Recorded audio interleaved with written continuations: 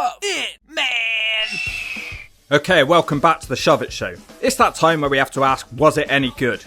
This is episode 2. Last time we looked back on Steve Austin's WCW run, and now it's something else. We look at the matches, the promos, the stories, and ask, was it any good? And today, it will be Chyna. She's seen as a pretty divisive figure. People usually love her or hate her, so let's find out if her WWF run from 97 to 2001 still holds up today. Chyna, was she any good? Before the WWF, Chyna was trained by Killer Kowalski. She wrestled very briefly on the indies for about a year in the most hillbilly of promotions. These venues practically look like barns, and I wouldn't be surprised to see a chicken climb into the ring. Chyna's superior physique stands out in this setting against the geeks and goons of nowhere America.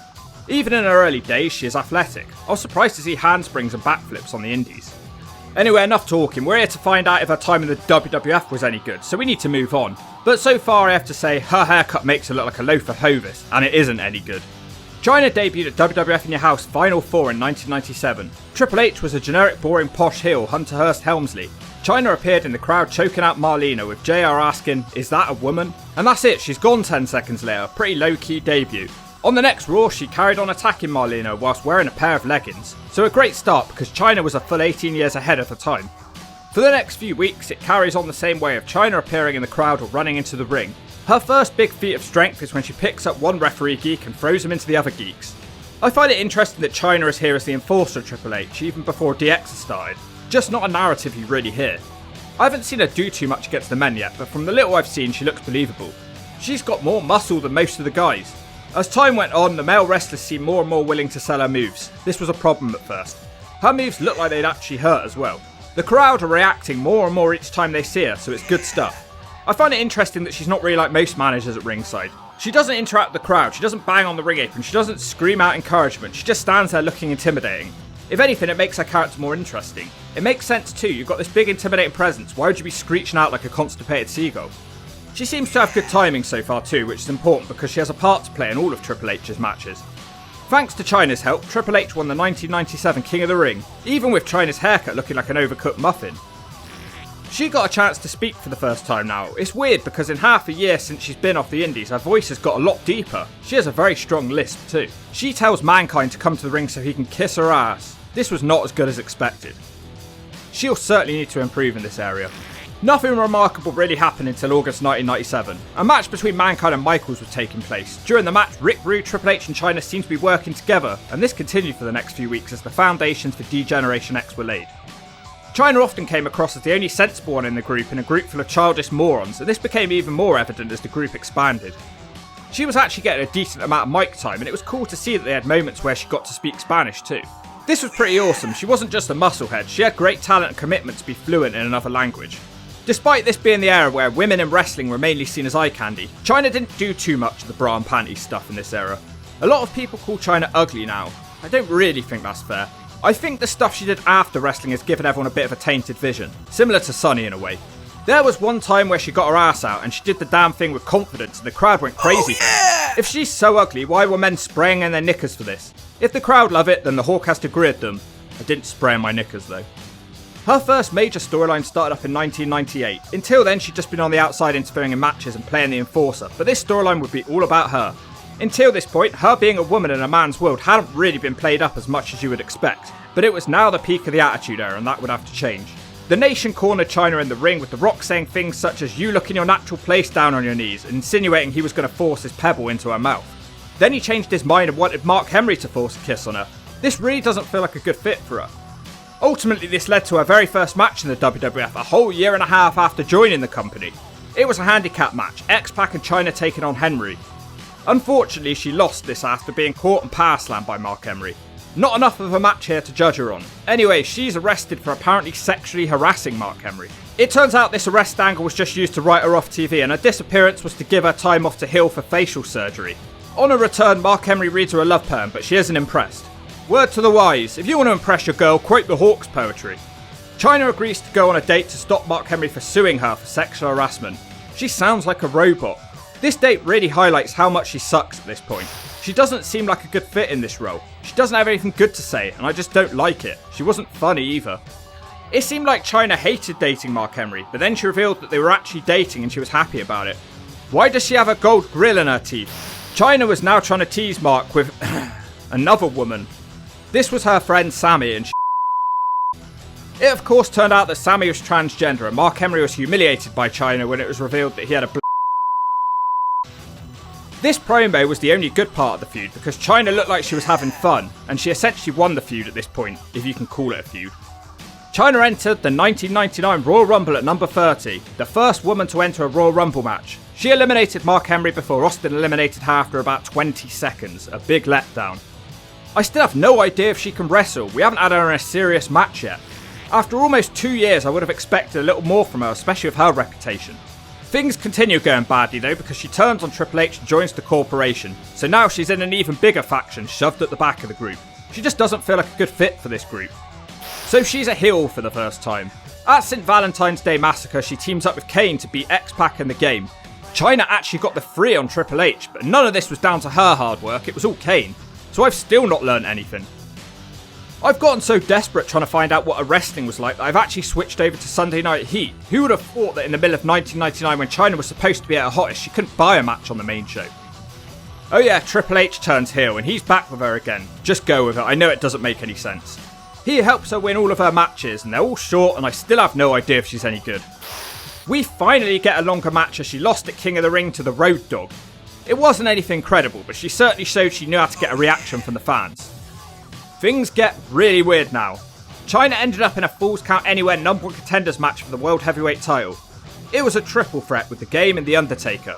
During the match, The Undertaker hit the weakest choke slam on Chyna that I've ever seen. Did he not want to hurt a woman or something? It's not exactly fitting in with a devil character at the time.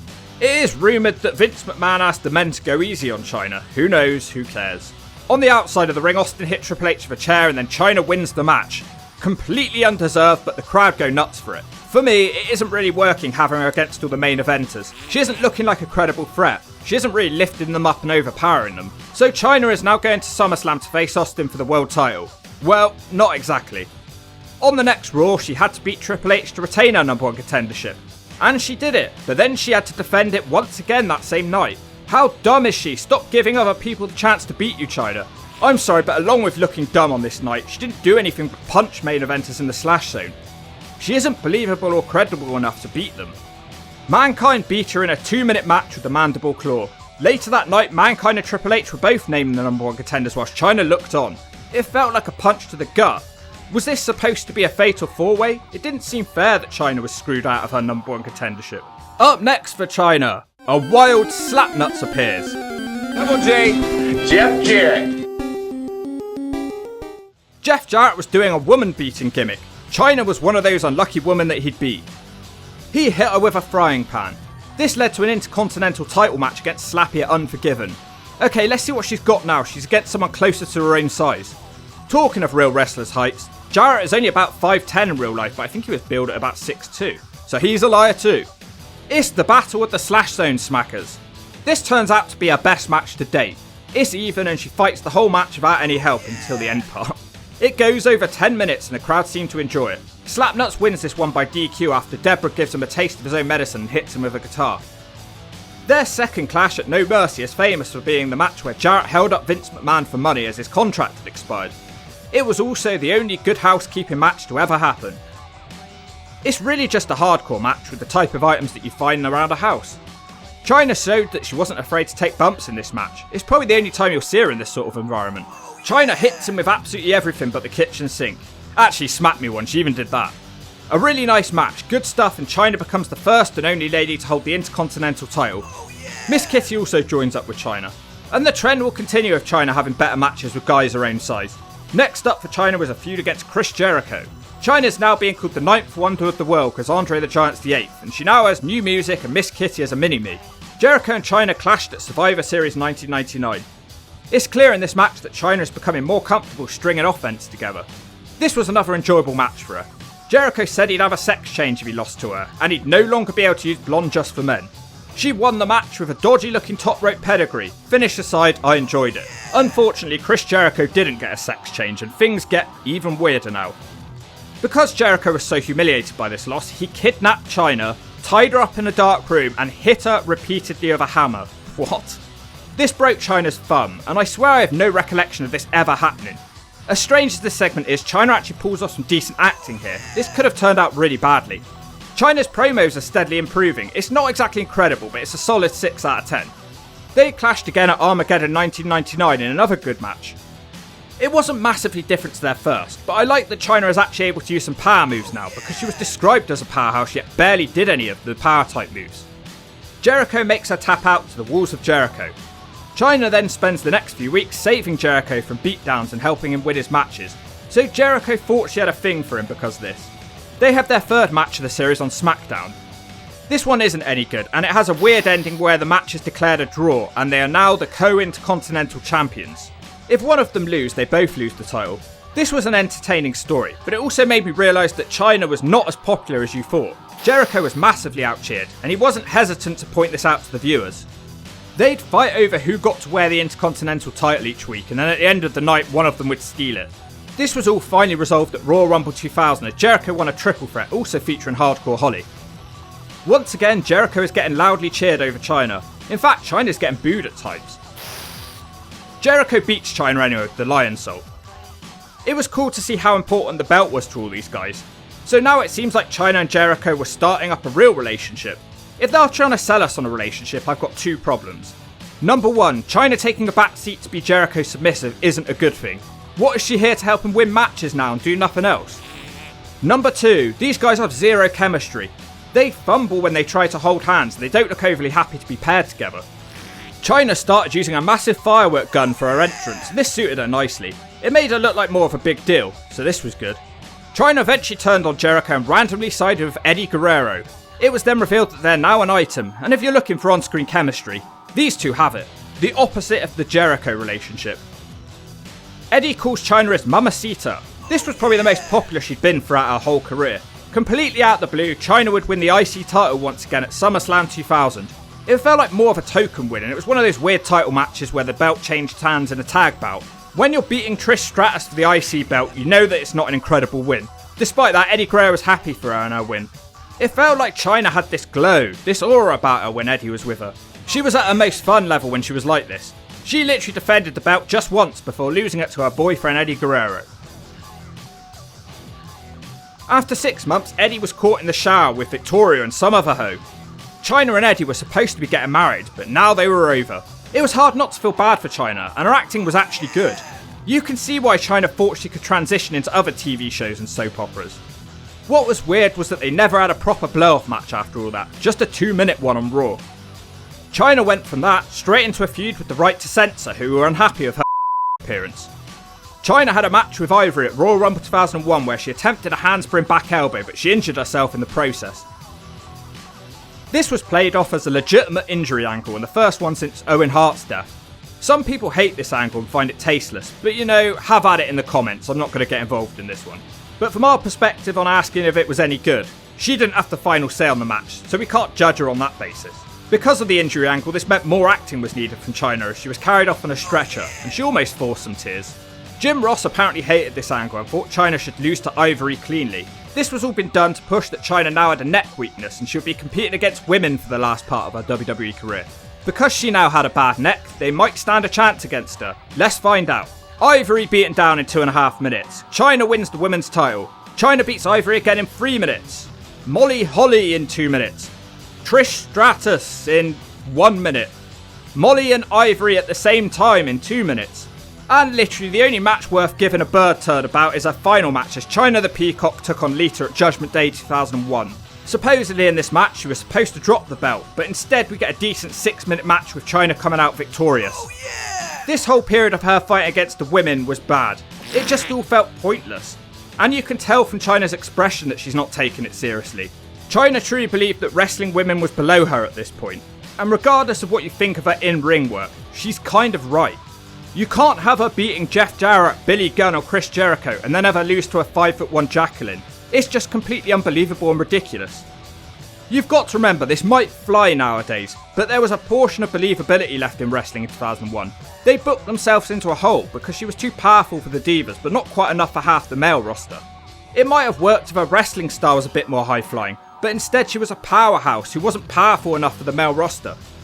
She was actually only pinned by a woman once in her entire run, and this was when she beat herself up so badly that Ivory was able to pin her. Look, I sound like I'm being negative. I'm just a bit bummed with how this run ended. She was actually contracted until November 2001, so she could have been a part of the Invasion storyline. She left the WWF because of her ex-boyfriend Triple H getting together with Stephanie McMahon, and because she wanted to pursue other opportunities. Okay, wow, I can't believe I just watched back the entirety of Chyna's career. What a day. She started out as a bit of a boring, square-jawed, almost mute Triple H enforcer. She then moved on to wrestle men and won the IC title twice. She had pretty good matches with Slapnuts and Jericho. She moved on to an amazing romance angle and tag team with Eddie Guerrero. And I'm sure if you watched it at the time, this is one of those angles that you hold in your hearts. And it's got to be considered that this angle helped get Eddie over with the audience as well. Then it was all pretty much downhill when she started doing and had to wrestle the women. If I can say anything good about the last part, it was that it was much shorter than the previously mentioned Chyna stages. Late 99 to late 2000 was peak Chyna. Now all that being said, I need to come to a decision. Was this good? And I'm gonna go with a definite yes. The reason is because she was an icon at the time. No woman looked like her. She looked like a star. She showed what women could possibly achieve in a male-dominated environment. She managed to mostly avoid falling into the diva category at the time. Her wrestling was okay for the time. Remember, we're judging this based on 1999 standards. She was a great character. She had amazing presence. Her acting was okay. Her promos were actually better than I remembered. So Chyna, was it good? You bet Sonny Siaki's ass it was good. And if you don't agree with that, I'll slam you on Eddie's lowrider hood.